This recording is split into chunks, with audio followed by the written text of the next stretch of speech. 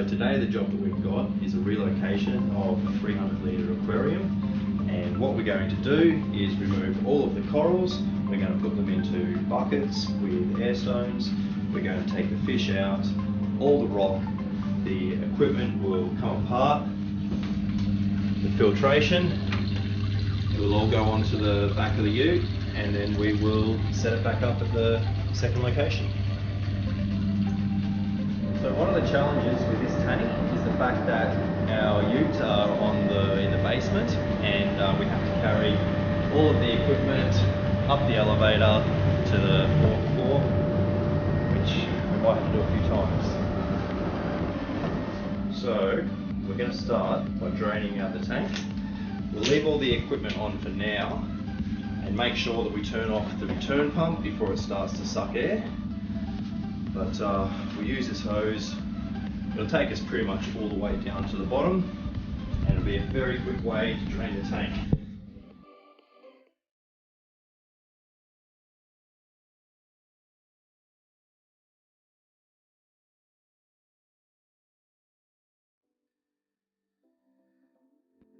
The easiest way to start a hose is to a good old-fashioned suck.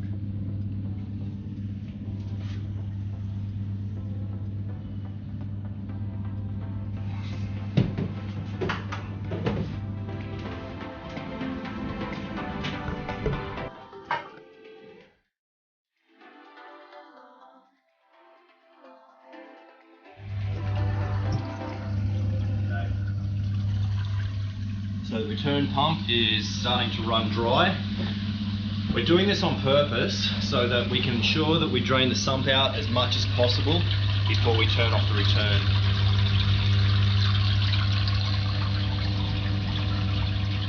Okay, all the equipment is being turned off. Wave makers, chiller. Whoops, we want the light on, so I'll put that one back in. So that's all of the equipment turned off. The tank is still draining. Now we have to start filling our drums for the fish and corals.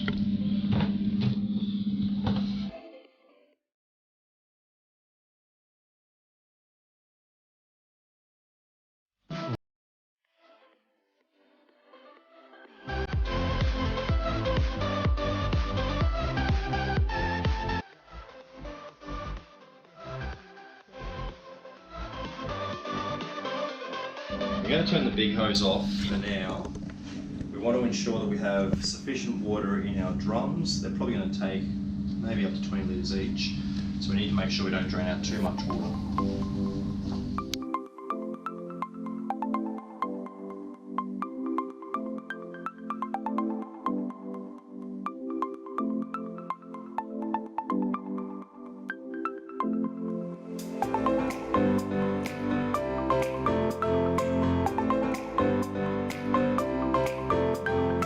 So now we're going to start to take the corals out.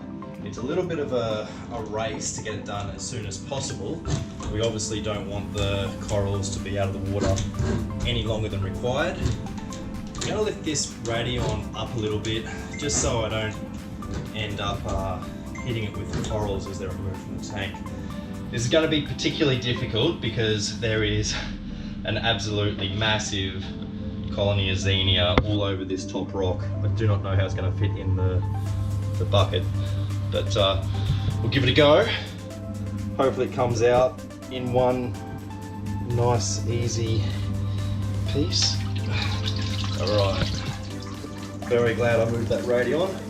One big sloppy Xenia straight into the drum. Even that much water, that big a drum, it's still not completely under the water. So we'll have to put some more water in it, get that set up. As you can see, just from the water we've removed to fill our drums, we've almost taken out half the volume of the tank. So good thing I haven't opened this one up anymore just yet. Next I'm going to hopefully take out this hammer coral. It looks like it's been glued to, oh no, there we go. I'll just put it back under the water for a sec just to hopefully allow its polyps to retract slightly. But straight into the next drum. The Xenia is now completely under the water, so I'll remove the hose. Next coral. Alright, we've got a nice easy bubble coral down here. Again, with such full polyp extension, it's best just to give it a bit of a shake before it's removed from the water. Alright. I might put this one in with the Xenia. There's a little bit of a spot that isn't hopefully enough space for it. I'll check it later. So at least this Giardini is going to be nice and easy.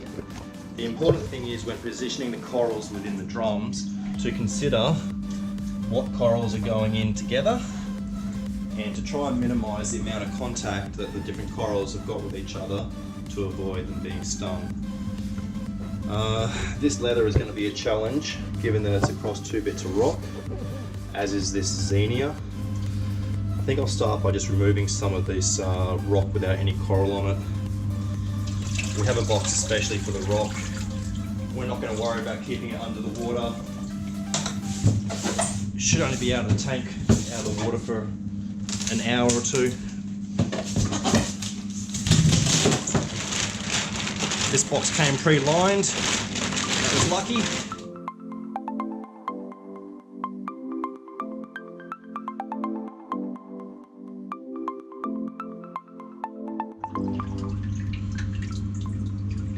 So I'm also trying to keep an eye on the location of the fish.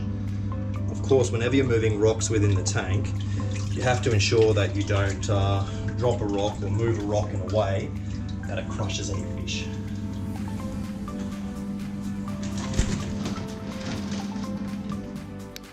Right, nice big leather. This one's going to get the 3rd drum.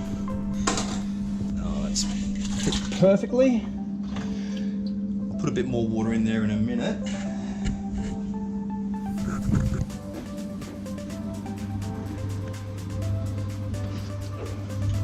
This is the hard part. Corals that are across 2 rocks. So I'm just going to pull them apart, try and minimise the tearing to the coral's tissue, but being Xenia, this won't affect it at all. It'll be totally fine.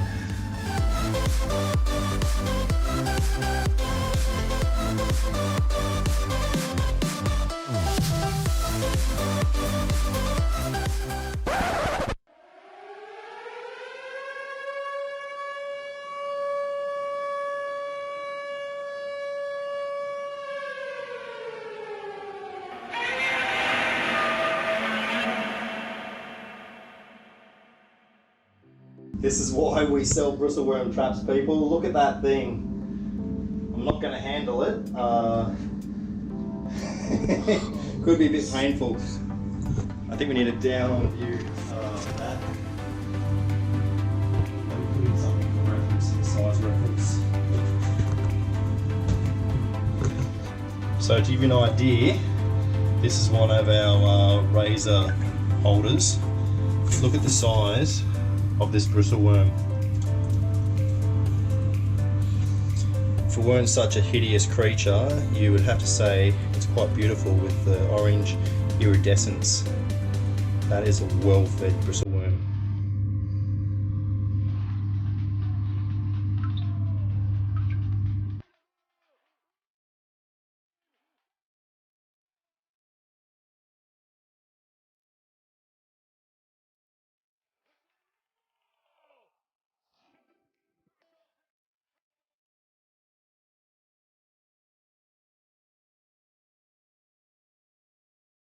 We've got all the corals out of the tank and all the rock.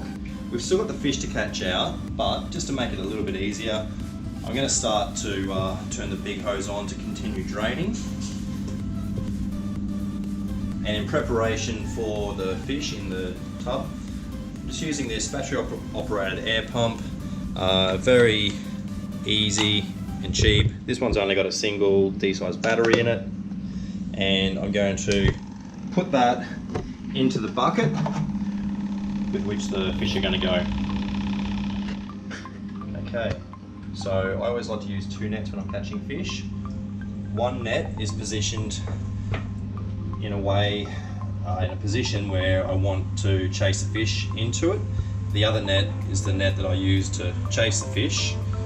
So if I'm lucky, I should be able to get most of them in one go. Okay, so we have got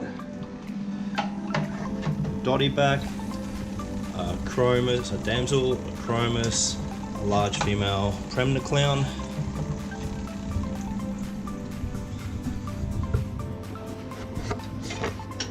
Do the same thing with these guys. All in one go. All right.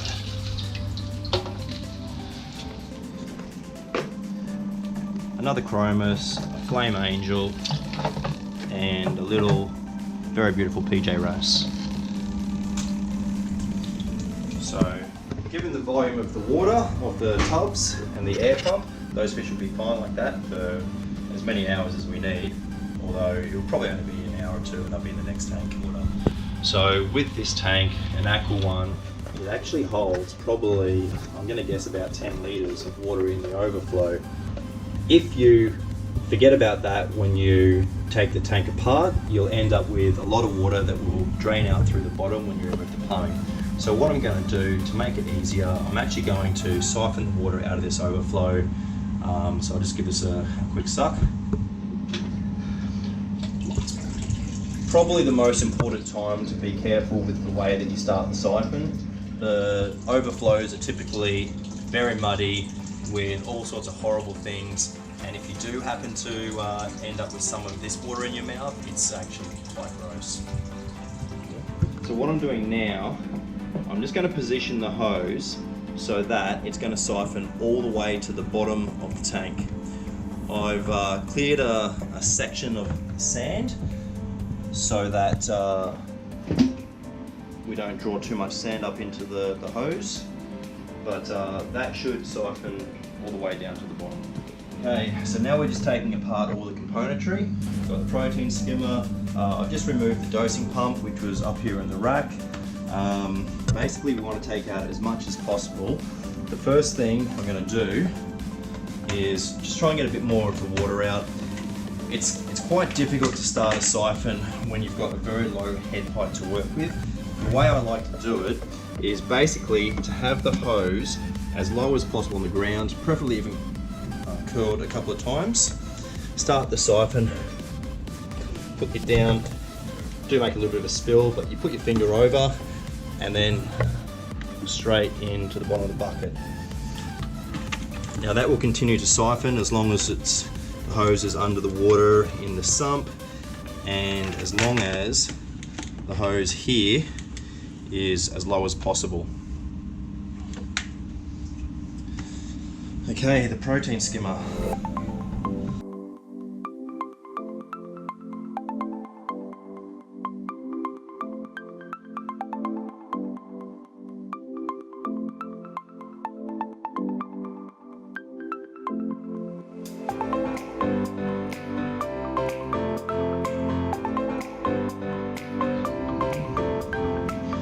Okay, so we have 2 lines that we have to remove before we can take the tank off the stand. The return line here, which I'm going to have to undo this very rusty hose clip, and the drainage line. So let's see if this hose clip comes off, because I have a feeling it is not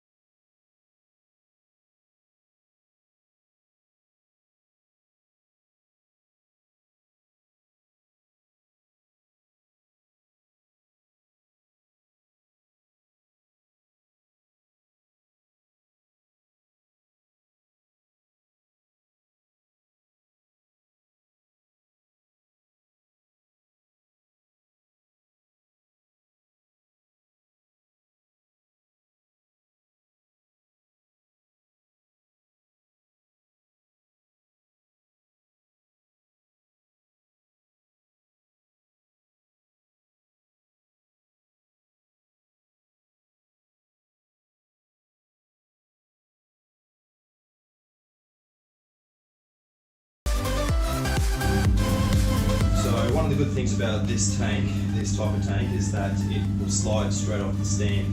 So all we're going to do is pull it forward, get to a point where we've got a comfortable grip, and then very carefully lower it onto the trolley. You ready? Yep. Okay. Good. Straight down. Fingers out. Yep. Done. All right.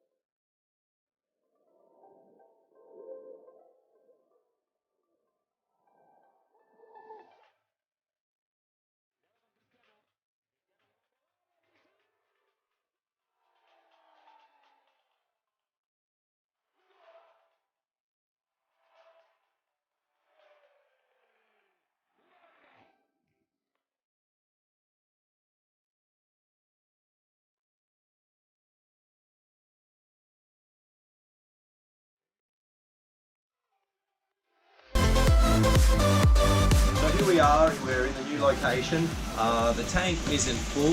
If this was a full relocation where everything was being set up on the same day, we would have brought water from the original location and filled the tank with that water. But we've got a week or so before we need to have this running. So we're going to put the fish into a quarantine system. They're currently acclimating at the moment, and the corals will go into some coral systems before we have them back into this tank and set up fully. So that's our video for today. If you enjoyed it, hit the like button, hit the subscribe as well. We'll be putting out videos every week showing a new tank with new products. There's going to be lots in all the videos. I'm Cam the Fish Guy, and keep on reefing.